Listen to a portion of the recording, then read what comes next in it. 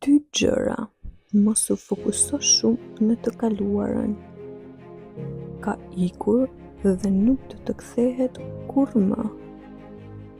Dhe e dyta, mos u shqetëso për të ardhmen. Ajo nuk është ende këtu. Ti duhet të mësosh të jetosh në këtë moment të tanishëm dhe të gjesh mënyrën më të bukur për ta bërë këtë.